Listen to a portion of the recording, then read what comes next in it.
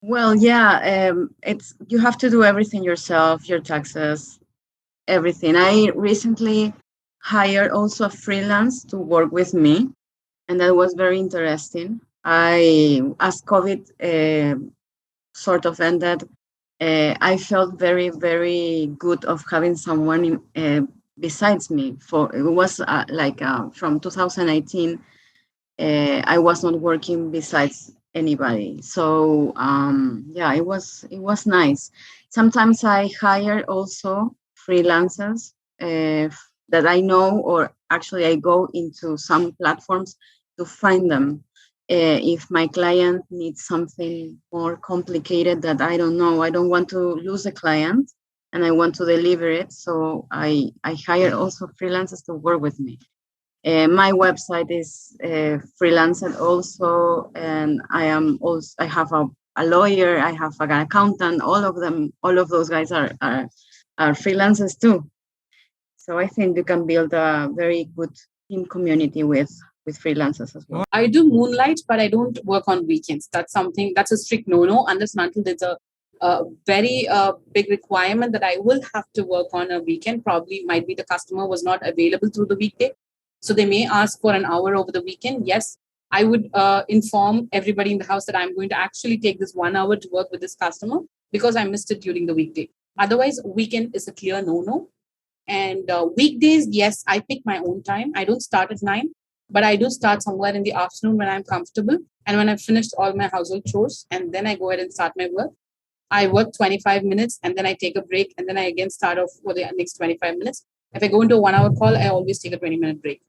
And then I move into the next call or I move in with the work. And I make sure that I'm having enough breaks for lunch. I make sure I'm going to have lunch with them. I'm having dinner with them. I'm not skipping those timelines. So that's something that I'm very particular about. I tend to put them to sleep early and then I'll work for another 3 hours solid without any disturbance. So that's something that I have to do. And I try to wake up earlier than them so that they know for a fact that I'm there. I'm just not, losing that attention for them. And I'm always there available for them. That's something that I'm balancing it. So if they want to go out, I never say no. I carry my laptop along with me. Wherever I am, I get to work. So I carry my laptop along with me and I'll be handling the work. I'll just make sure I'm attending to them while I'm still working on my laptop. No, a lot of times this does happen, right? Because we are working from home and that's the new norm.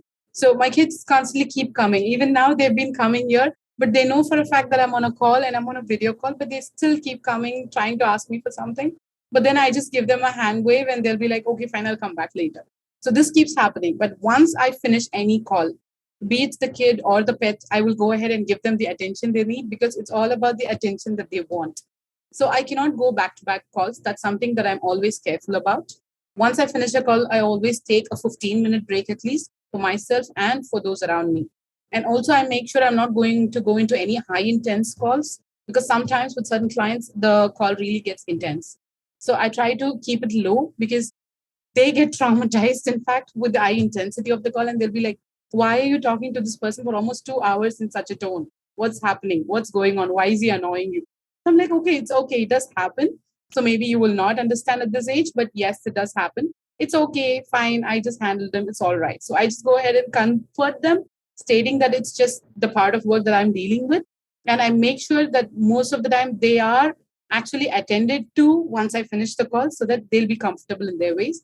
And even if they're going to come in between, I keep entertaining them while I'm actually focusing on the call. So multitasking is the key, is what I would say. And that's something that you will have to get the hang of. Otherwise, it's very difficult because unless and until they're going to pull us out of the space to make sure we're going to spend the time with them, it's very difficult.